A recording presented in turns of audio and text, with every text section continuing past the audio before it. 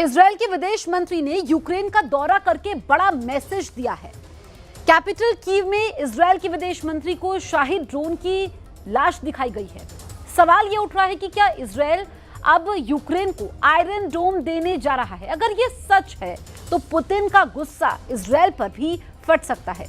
वैसे पुतिन अब ट्रंप और उनके साथी देशों को डराने के लिए जुलाई में बड़ा तूफान लाने जा रहे हैं।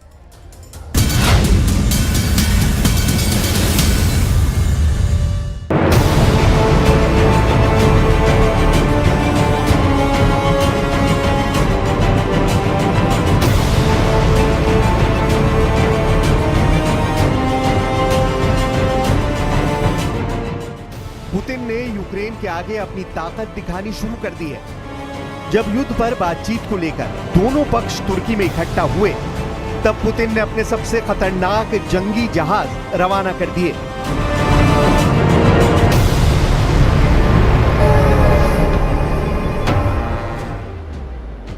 व्लादिवोस्तोक में रूसी ब्रिज के नीचे से गुजरता यह है रूस का एंटी सबमरीन शिप एडमिरल ट्रिब्यूटस। इसी तरह रूस के और जहाज अलग अलग जगह से इकट्ठे होते हैं और फिर नजर आता है पुतिन का बैटल ग्रुप, जो रूस के दुश्मनों के शिकार पर निकला है। यह है पुतिन का जुलाई स्ट्रोम, यानी जुलाई का तूफान। जुलाई में पुतिन क्या करना चाहते हैं? पुतिन का इरादा क्या है? पुतिन का एजेंडा क्या है?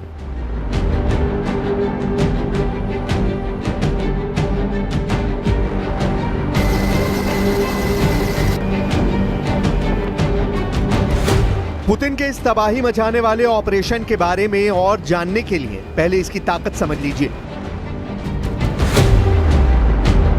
150 जंगी जहाज, जिसमें बहुत ही खतरनाक डिस्ट्रॉयर, मिसाइल बोट और कॉर्वेट शामिल है।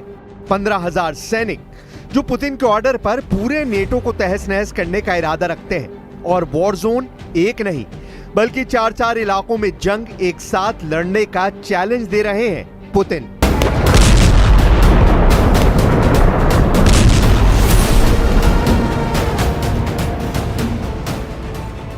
यूक्रेन में पुतिन के ड्रोन और मिसाइल ब्रिगेड लगातार हमले कर रहे हैं। जुलाई के महीने में शायद ही कोई ऐसा दिन गुजरा हो जब जेलेंस्की का कोई शहर बड़े हमले से न दहला हो।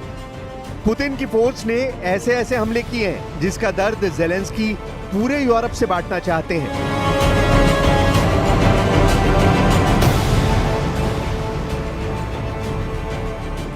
लेकिन अब रूस के इतने जहाज एक साथ एक जगह देखकर डोनाल्ड ट्रंप से लेकर नेटो का हर राष्ट्राध्यक्ष सोचेगा कि अगर पुतिन ने अपनी पूरी पावर दिखा दी तो बचने का रास्ता क्या होगा।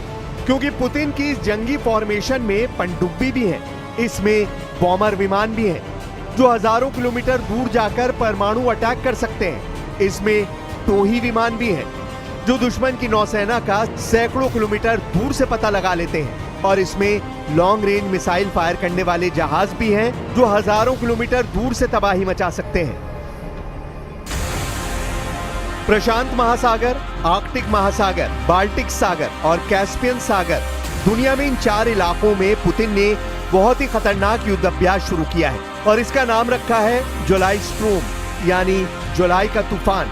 जुलाई में पुतिन ऐसा तूफान मचाना चाहते हैं जिसकी धमक दुनिया के सबसे बड़े पावर सेंटर यानी अमेरिका तक सुनाई दे, जिसकी धमक देखकर पूरा यूरोप पनाह मांगे और जिसमें एक इशारे पर पुतिन का सबसे बड़ा वॉर एजेंडा लागू हो जाए। पुतिन के जुलाई वाले तूफान में 120 विमान भी शामिल हुए, जो लॉन्ग रेंज बॉम्बिंग कर सकते हैं, जो परमाणु हमला कर सकते हैं और दुश्मन की परमाणु पनडुब्बियों को डुबाकर समंदर की गहराई में उसकी कब्र तैयार कर सकते हैं। इसके एक तरफ है पुतिन का टर्बो प्रॉप इंजन वाला बॉमर Tu-95 और दूसरी तरफ है IL-38 टोही विमान, जो आसमान में उड़ते हुए दुश्मन की पनडुब्बियों का शिकार करना जानता है। ये दोनों विमान पुतिन के सबसे भरोसेमंद विमानों में से एक है।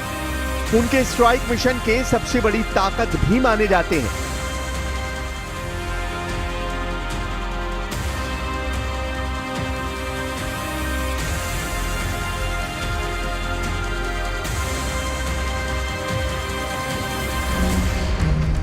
इस युद्ध अभ्यास में पुतिन ने लॉन्ग रेंज वाले हथियार भी शामिल किए हैं, जो ऐसे ही विमानों और जंगी जहाजों पर तैनात किए जाते हैं जो दुनिया के किसी भी कोने में कोहराम मचा सकते हैं। ये बात डोनाल्ड ट्रंप और उनके यूरोप वाले दोस्त बहुत अच्छी तरह जानते हैं। जेलेंस्की तो ऐसे हथियारों से पिछले 3.5 साल से जूझ रहे हैं और यूक्रेन की तबाही को हर रोज देख रहे हैं। पुतिन ने कोस्टल मिसाइल सिस्टम भी तैनात किए हैं जो दुश्मन के जंगी जहाजों को रूस के तटों से दूर रखेंगे।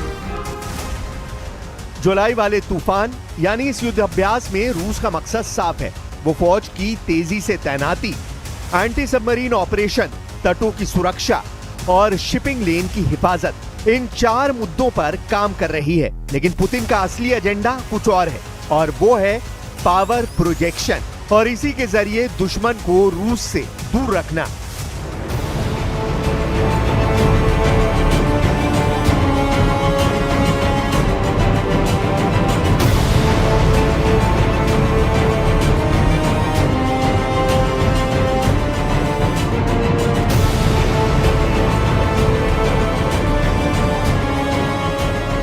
रूस के पास दुनिया की तीसरी सबसे बड़ी नौसेना है। आंकड़ों के हिसाब से पहले नंबर पर चीन है क्योंकि उसके पास करीब 400 जंगी जहाज है। दूसरे नंबर पर अमेरिका है, उसके पास 350 जहाज हैं। लेकिन 12 एयरक्राफ्ट कैरियर अमेरिका को दुनिया की सबसे ताकतवर नौसेना बना देते हैं। और वहीं रूस, जिसके पास 300 जहाज हैं, लेकिन उसकी 60 पनडुब्बियां और बड़े बड़े मिसाइल क्रूजर अमेरिका को लगातार चुनौती देते रहते हैं। एक तरफ यूक्रेन की जमीन पर तबाही और दूसरी तरफ समंदर को चीरकर आगे बढ़ते हुए पुतिन के जहाज। पुतिन का डबल धमाका देखकर रूस के दुश्मन बहुत भ्रम की हालत में है।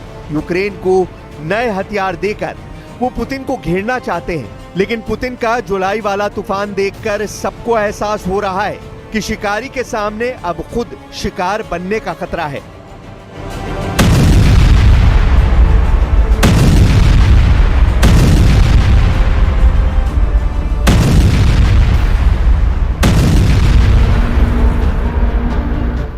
यूक्रेन की हर बड़ी इमारत को जलता हुआ ताबूत बनाने का इरादा कर लिया है, क्योंकि पुतिन का यूक्रेन एजेंडा अब नेटो के लिए बड़ी चुनौती बनने वाला है। रूस को डर दिखाते हुए जेलेंस्की के लिए नई वार्निंग जर्मनी से आई है।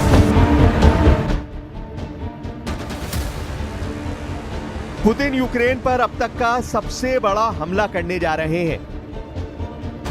जर्मनी के एक बड़े army commander major general Christian Freuding ने कहा है कि रूस अब यूक्रेन पर 2000 ड्रोन से हमला करने जा रहा है। सवाल है कि क्या पुतिन और उनकी सेना के पास इतनी बड़ी स्ट्राइक की क्षमता है? यूक्रेन पर होने वाले हमलों और जर्मनी के कमांडर की वार्निंग दोनों को गौर से समझे तो समझ आएगा कि पुतिन ने युद्ध के दौरान अपनी ड्रोन उत्पादन क्षमता इतनी तेजी से बढ़ाई है कि अब उनके सामने न यूक्रेन, न अमेरिका या पूरा नेटो टिकता हुआ नजर आ रहा है। पुतिन के इरादों को देखते हुए जेलेंस्की ने 2 बड़े फैसले किए हैं, जो या तो यूक्रेन को बचा लेंगे या फिर पूरी तरह डुबा देंगे।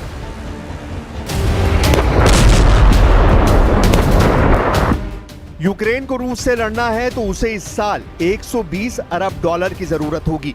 120 अरब डॉलर यानी जेलेंस्की को युद्ध लड़ने के लिए अब 10 लाख करोड़ रुपए से ज्यादा की रकम चाहिए, जो वो डिफेंस पर खर्च करना चाहते हैं। इसके लिए यूक्रेन ने यूरोप और नेटो के सामने हाथ फैला दिए हैं। My second request is for financial support. Ukraine needs $6 billion to close this year's procurement gap.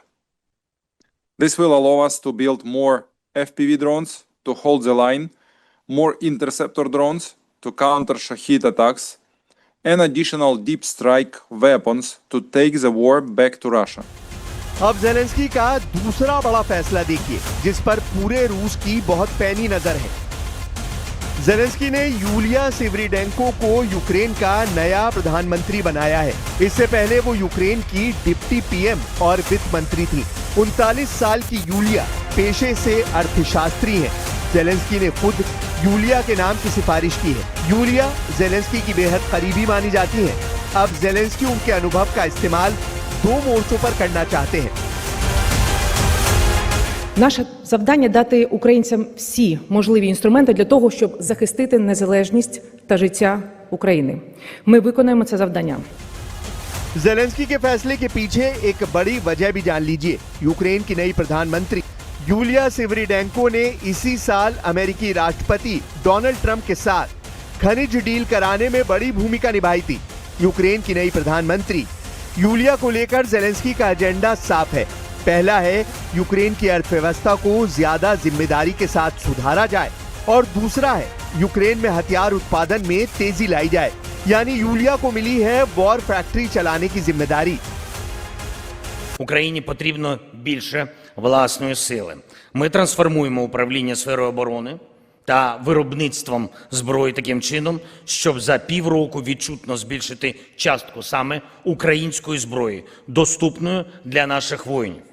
Зараз з усієї зброї в руках наших воїнів близько 40%. Зроблено в Україні. За півроку має бути не менше, ніж 50%.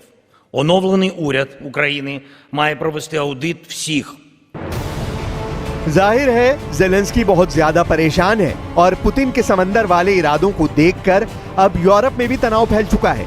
Zelensky हर उस शख्स तक पहुंच रहे हैं जो यूक्रेन को हथियार दे रहा है या फिर आगे दे सकता है। यानी जेलेंस्की लगातार सप्लाई रूट बरकरार रखने के लिए फील्डिंग कर रहे हैं, क्योंकि अगर यूक्रेन को हथियार मिलने बंद हो गए तो समझ लीजिए कि जेलेंस्की की सेना 24 घंटे भी पुतिन के आगे नहीं टिक पाएगी। और ये बात डोनाल्ड ट्रंप भी बहुत अच्छी तरह जानते हैं।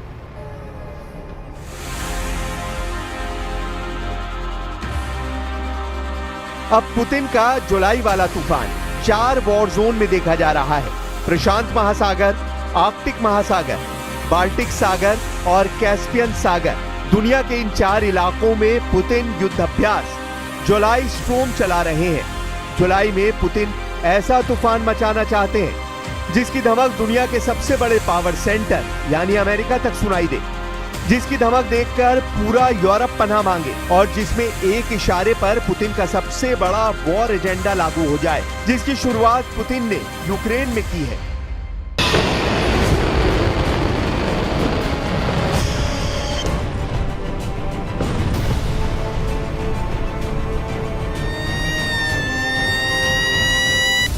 पुतिन ने यूक्रेन पर हमले करके बता दिया है कि अब वो नेटो तोड़ युद्ध की शुरुआत कर चुके हैं।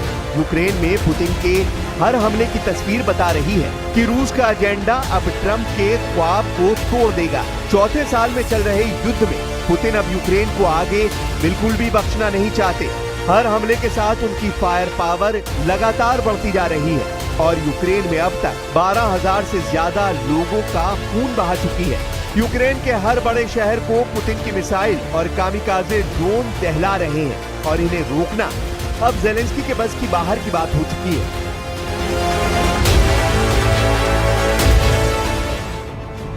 यूक्रेन को हथियार बेचने के लिए अब इजराइल आगे आया है। इजराइल के विदेश मंत्री गिदोन सार कैपिटल कीव पहुंचे और वहां देखे ईरान के वो शाहिद ड्रोन जिससे पुतिन लगातार यूक्रेन को दहला रहे हैं। इसमें कोई शक नहीं कि शाहिद ड्रोन को देखते हुए इजराइल के विदेश मंत्री को तेल अवीव और हाइफा पर ईरान के हमले याद आए होंगे। वैसे उनके यूक्रेन आने को लेकर खबर यह है कि यूक्रेन इजराइल से ऐसे हथियार चाहता है जो रूस के ड्रोन अटैक को रोक सके। इसलिए अब इजराइल के आयरन डोम का नाम चर्चा में है, जिसे लेकर रोमानिया और इजराइल के बीच भी डील हो रही है।